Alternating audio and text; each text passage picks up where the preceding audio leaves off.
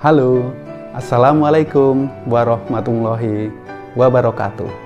Ketemu dengan saya, Hendras Budi Paningkat, dalam catatan harian pegawai ATR BPN.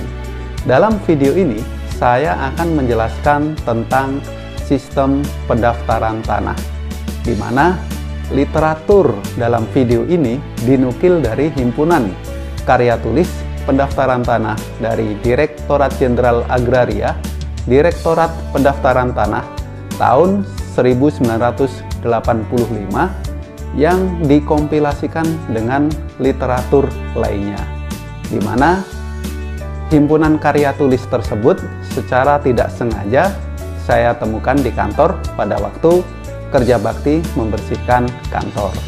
Nah, setelah membaca tulisan dalam himpunan karya tulis tersebut, ya, saya mendapatkan informasi yang bermanfaat dan perlu dilestarikan guna menambah khasanah pengetahuan di bidang pertanahan, terutama dalam sistem pendaftaran tanah. Yuk, kita mulai ya.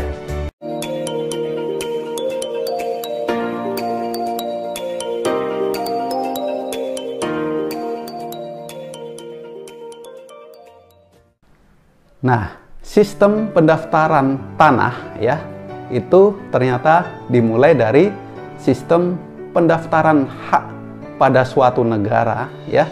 Itu ternyata tergantung pada asas yang dianut oleh negara itu, di mana dalam peralihan hak dikenal dua macam asas hukum, yaitu yang pertama adalah asas nemo plus juris yang bertujuan untuk melindungi pemegang hak yang sebenarnya terhadap tindakan orang lain yang mengalihkan haknya tanpa sepengetahuannya.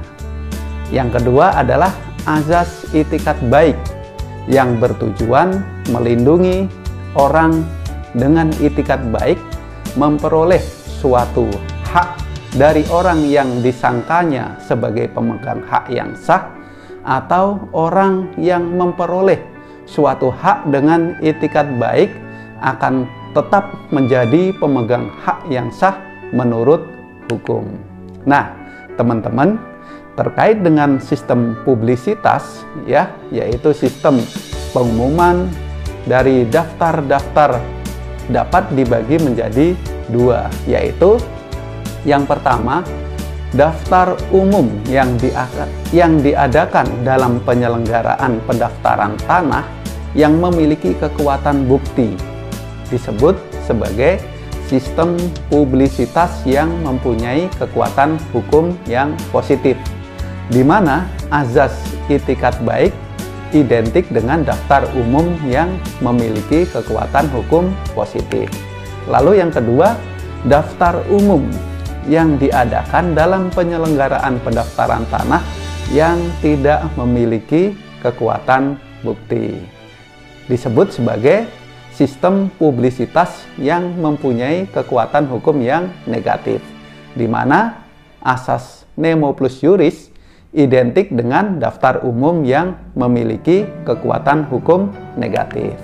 Nah, teman-teman, kita ke langkah selanjutnya, yaitu memahami tentang sistem ya, sistem negatif dan positif ya.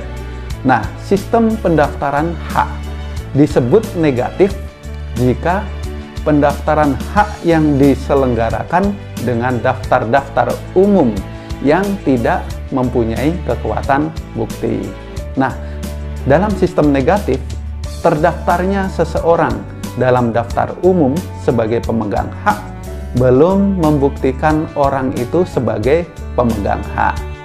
Nah, di negara di mana berlaku asas nemo plus juris, hanya dapat diselenggarakan sistem pendaftaran hak yang negatif. Dengan demikian, pemegang hak yang sebenarnya selalu dapat menuntut haknya kembali yang telah dialihkan tanpa sepengetahuannya. Nah, masih di sistem negatif ya. Dalam sistem negatif, pendaftaran suatu hak atas nama orang yang tidak berhak tidak dapat merugikan pemegang hak yang sebenarnya. Oleh karena itu, terdaftarnya seseorang dalam daftar umum sebagai pemegang hak belum menjadikan orang itu sebagai pemegang hak yang sah menurut hukum. Nah, kelemahan dari sistem negatif adalah pemerintah tidak menjamin kebenaran dari isi daftar umum yang diadakan dalam pendaftaran hak. Lalu, keuntungan dari sistem negatif adalah pendaftaran akte-akte peralihan hak dapat diselenggarakan dengan lancar karena pemeriksaan cukup diperoleh dengan kebenaran formilnya. Lalu, sistem negatif terdapat di Perancis, Belgia, Belanda, Italia, dan negara yang lainnya. Mungkin teman-teman bisa menambahkan di sini ya. Lalu bagaimana dengan sistem publikasinya? Dalam sistem negatif atau sistem publikasi negatif selalu menggunakan sistem pendaftaran akta atau registration of deed ya, registration of deed, di mana pejabat pendaftaran tanah tidak melakukan pengujian atau uji material terhadap kebenaran data yang tercantum dalam akta. Jadi, pejabat pendaftaran tanah bersifat pasif.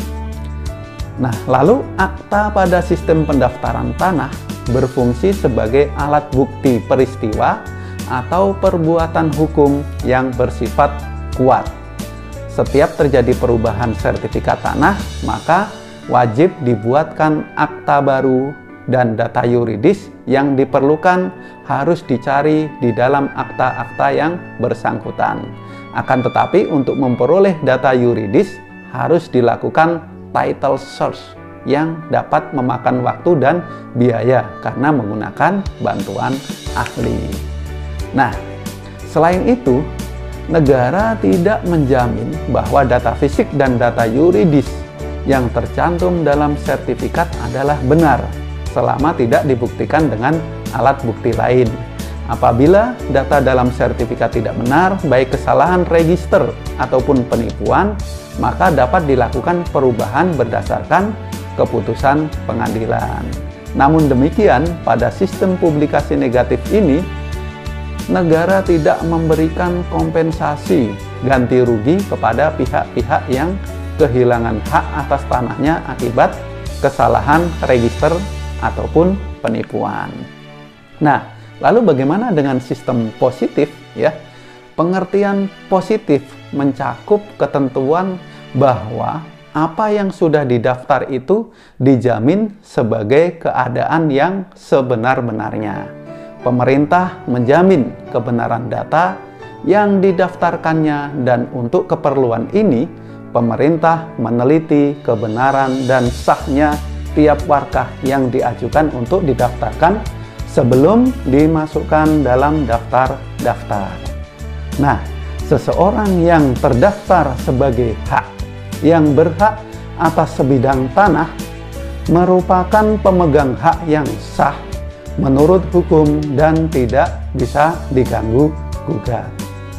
Masih di sistem positif, sistem yang murni positif tidak terdapat di negara manapun ya, karena untuk mempergunakan dan mempertahankannya terlalu sulit dan memakan waktu yang banyak. Nah, lalu ada juga sistem yang dinamakan kuasi positif atau positif semu. Sistem ini tidak memberikan kepastian yang mutlak pada daftar umumnya. Yang didaftar sebagai pemilik belum berarti pemilik sebenarnya.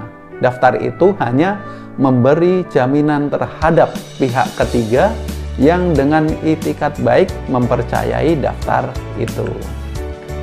Jadi, dalam sistem positif itu, siapa saja dengan sesuatu perbuatan hukum yang sah mendapatkan sesuatu hak dari seseorang yang terdaftar dalam daftar umum, maka ia memperoleh hak yang tidak dapat diganggu-gugat. Pada sistem positif, jaminan diberikan kepada yang memperoleh hak dengan itikat baik. di mana itikat baik susah dibuktikan, sehingga untuk melindungi pemilik yang sebenarnya perlu diselenggarakan pendaftaran hak dengan daftar-daftar umum yang mempunyai kekuatan bukti. Jadi dengan demikian, pemegang hak yang sah menurut hukum bagi pihak ketiga hanyalah orang yang terdaftar dalam daftar umum sebagai pemegang hak. Nah, teman-teman, keuntungan dari sistem positif terletak kepada adanya kepastian hukum bahwa orang yang terdaftar sebagai pemegang hak yang sah dan dilindungi oleh hukum. Lalu, kelemahan dari sistem positif apa? Yaitu pendaftaran hak atas nama seseorang yang tidak berhak dapat menghapuskan hak orang lain atas tanah. Nah, sistem positif terdapat di Jerman, Swedia, Spanyol, Tunisia, Austria, Swiss, dan Australia. Nah, lalu bagaimana dengan sistem publikasinya? Sistem publikasi positif selalu menggunakan sistem pendaftaran hak atau registration of title. Sistem ini dikenal dengan sistem Torrens, ya. Sistem Torrens berasal dari Australia Selatan. Kata Torrens merujuk pada nama penemu sistem pendaftaran ini, yaitu Robert Richard Torrens pada tahun 1858. Nah, sistem publikasi positif meliputi identifikasi satu atau banyak bidang tanah yang menentukan siapa orang atau organisasi apa yang dapat memiliki hak atas sebidang tanah tersebut, yang kemudian dicatat dalam register tanah.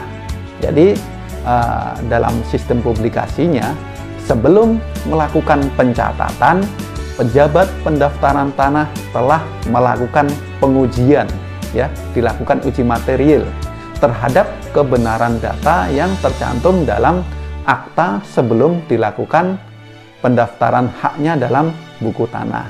Jadi di sini pejabat pendaftaran tanah bersifat aktif serta menyusun semua hal yang berkaitan dengan pencatatan hak atas tanah seperti hak gadai, easement, hipotek, ya, sewa, dan perjanjian.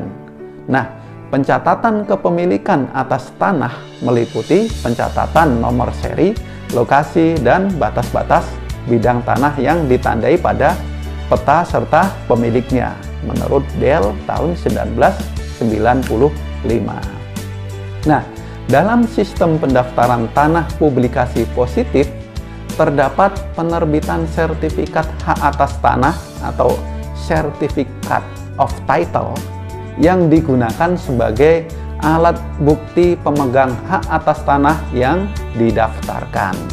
Sertifikat tanah merupakan alat bukti pemegang hak atas tanah yang paling lengkap dan tidak dapat diganggu-gugat atau indivisible, ya, indivisible. Bahkan negara menjamin bahwa data fisik dan data yuridis yang tercantum dalam sertifikat adalah benar.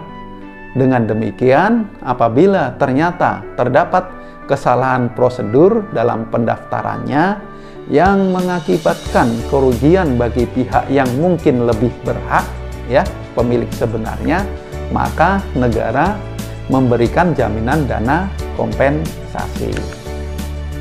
Lalu jaminan keamanan bagi tanah yang terdaftar itu ada 3 kriteria, yaitu yang pertama benda, properti, atau tanah yang terdaftar, the property register. Yang kedua, kepemilikan atau penguasaan, ya, the proprietorship register. Dan yang ketiga adalah jaminan hak-hak yang ada, the trust register. Nah, teman-teman, ya, setelah kita jelaskan publikasi negatif dan positif, nah di sini saya tampilkan tabel perbandingan sistem publikasi dalam pendaftaran tanah, di mana ada 2 sistem, ya. Tadi yang pertama adalah sistem publikasi negatif, yang kedua sistem publikasi positif. Nah, perbedaannya apa ya? Nah, kita kupas satu persatu ya.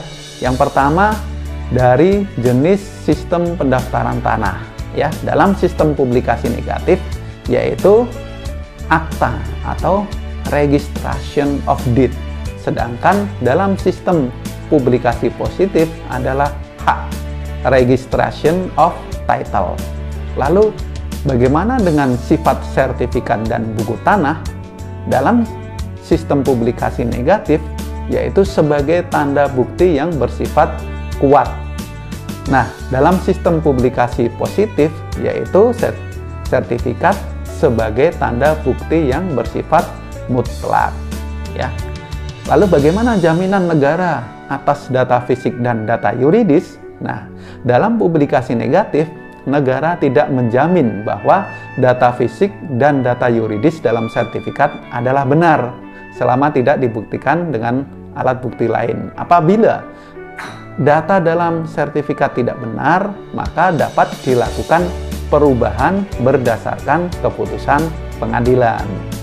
Lalu dalam sistem publikasi positif ya, negara menjamin bahwa data fisik dan data yuridis dalam sertifikat adalah benar, tidak dapat diganggu-gugat, serta memberikan kepercayaan yang mutlak pada buku tanah. Nah, bagaimana kelebihan dari masing-masing sistem ini ya? Kelebihan dari sistem publikasi negatif yaitu pihak lain yang dirugikan atas diterbitkan sertifikat dapat mengajukan keberatan kepada penyelenggara pendaftaran tanah untuk membatalkan sertifikat ya. Tentunya mungkin lewat pengadilan atau jalur lain ya. Ya, yang sistem publikasi positif ya, kelebihannya apa? Yaitu pihak ketiga ya, pihak ketiga yang memperoleh tanah dengan itikat baik mendapatkan perlindungan hukum yang mutlak atau indivisible. Yang kedua, pihak lain yang dirugikan atas diterbitkannya sertifikat tanah mendapatkan kompensasi dalam bentuk yang lain. Nah, lalu kekurangannya apa ya? Kekurangan dari masing-masing sistem ya. Kekurangan dari sistem publikasi negatif adalah pejabat pendaftaran tanah bersifat pasif karena tidak mendukung keakuratan dan kebenaran data dalam sertifikat. Jadi ya syarat formilnya terpenuhi, materialnya terpenuhi, kita proses gas. Mekanisme kerja pejabat pendaftaran tanah ya di sini kurang transparan katanya, sehingga kurang dapat dipahami oleh masyarakat. Lalu kekurangan sistem publikasi positif ya. Yang pertama, waktu sangat lama. Kenapa? Karena pelaksanaan pendaftaran tanah bersifat aktif dan teliti ya. Cermat teliti dilakukan pengujian material terhadap dokumen yang memiliki kekuatan bukti ya. Yang kedua, pemilik hak atas tanah yang sebenarnya akan kehilangan tanah ya, kekurangannya. Setelah lama ternyata pemilik sebenarnya dia akan kehilangan haknya. Dan yang ketiga, wewenang pengadilan diletakkan dalam wewenang administratif karena penerbitan sertifikat tidak dapat diganggu gugat. Nah, teman-teman, ternyata sistem publikasi negatif dan positif itu memiliki kelebihan dan kekurangan masing-masing. Jadi tentunya setiap negara akan mengambil atau akan memaduserasikan sistem apa yang akan digunakan. Nah, termasuk di Indonesia. Jadi bagaimana sistem pendaftaran tanah di Indonesia ya? Nah, pendaftaran tanah yang penyelenggaraannya diperintahkan oleh UUPA tidak menggunakan sistem publikasi positif yang kebenaran data yang disajikan dijamin oleh negara, melainkan menggunakan sistem publikasi negatif. Di dalam sistem publikasi negatif, negara tidak menjamin kebenaran data yang disajikan. Yang kedua, sistem pendaftaran tanah di Indonesia menurut PP 24 tahun 97 ya, tentang pendaftaran tanah itu menggunakan sistem pendaftaran tanah berpublikasi negatif ya, sistemnya negatif bertendensi positif. Nah, maksud dari sistem publikasi negatif bertendensi positif adalah sistem pendaftaran tanah ini menggunakan sistem pendaftaran hak ya, sistem toren atau registration of title, tetapi sistem publikasinya belum dapat dilakukan secara positif murni ya. Nah, seperti itu. Nah, hal ini dikarenakan karena data fisik dan data yuridis dalam sertifikat tanah belum pasti benar, meskipun harus diterima oleh pengadilan sebagai data yang benar selama tidak ada alat pembuktian yang membuktikan sebaliknya di pengadilan. Nah, selain itu, apabila suatu pihak mengalami kehilangan hak atas tanah akibat pengalian hak atas tanah oleh pihak lain secara ilegal atau kesalahan dalam register, maka pemerintah tidak memberikan jaminan ganti rugi ya. Nah, guna mengatasi kelemahan sistem publikasi dalam sistem pendaftaran tanah tersebut, nah selama ini Indonesia menggunakan lembaga refer working. Penggunaan lembaga refer working disebabkan oleh hukum tanah Indonesia masih menggunakan dasar hukum adat dan tidak mengenal lembaga lain seperti acquisitive verjaring atau adverse possession. Nah, dalam hukum adat apabila dalam publikasi ini, dalam hukum adat apabila seseorang selama sekian waktu membiarkan tanahnya tidak dikerjakan, kemudian tanah itu dikerjakan orang lain yang memperoleh hak atas tanah dengan itikat baik maka pemilik tanah semula akan mengalami kehilangan hak atas tanahnya. Jadi benar apa yang disampaikan bahwa dalam hak atas tanah sertifikat itu mengandung 3R yaitu right restriction dan responsibility. Salah satunya dia harus mengerjakan tanahnya secara aktif, tidak menelantarkan tanahnya. Nah, lalu bagaimana roadmap sistem pendaftaran tanah di Indonesia ke depan? Apakah selalu menggunakan sistem negatif bertendensi positif publikasinya? Nah, Kementerian ATR BPN telah memiliki 7 proyeksi ke depan sampai tahun 2025, yaitu salah satunya adalah memberlakukan stelsel positif dengan adanya asuransi pertanahan yang mengatasi kerugian masyarakat karena sengketa pertanahan. Adapun penerapan stelsel positif adalah proyeksi yang ketujuh. Nah, kira-kira apa aja nih proyeksi ATR BPN sampai tahun 2025 yaitu saya jelaskan. Yang pertama adalah mendaftarkan seluruh bidang tanah. Nah, sekarang lagi gencar-gencarnya dilakukan program strategis nasional di bidang pertanahan yaitu PTSL dan reforma agraria PTSL murni, PTSL mandiri maupun reforma agraria melalui redistribusi, transmigrasi maupun legalisasi aset. Yang kedua proyeksi ATR BPN yaitu mewujudkan RDTR di seluruh wilayah untuk memaksimalkan pemanfaatan dan pengendalian ruang Terus yang ketiga yaitu meningkatkan standar kompetensi SDM menuju birokrasi yang berstandar dunia Setelah itu ditingkatkan SDM-nya Lalu yang keempat yaitu menjadikan ATR BPN ya sebagai pusat informasi pertanahan dan tata ruang berbasis teknologi informasi dengan inovasi dan kolaborasi. Nah, yang kelima yaitu mewujudkan kantor layanan modern dengan memberikan produk dan layanan pertanahan ya dan tata ruang secara elektronik ya. Ini bagian dari transformasi digital. Yang keenam, meningkatkan PNBP 10 kali lipat dengan layanan informasi pertanahan dan tata ruang sebagai basis penerimaan negara, karena layanan akan menjadi lebih mudah dan cepat dengan adanya transformasi digital dan layanan elektronik.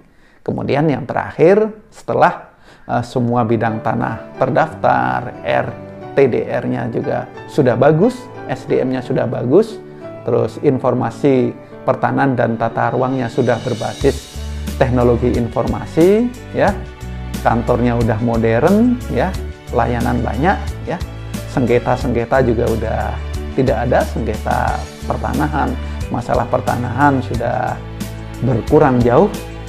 Yang ketujuh, baru dilakukan memberlakukan stelsel positif atau asuransi pertanahan untuk mengatasi kerugian masyarakat akibat sengketa pertanahan. Oke, sekian video dari saya. Terima kasih, semoga bermanfaat ya. Mohon masukannya, jangan lupa like, comment, and subscribe ya, biar channel ini tetap semangat dan berkembang. Terima kasih. Assalamualaikum warahmatullahi wabarakatuh.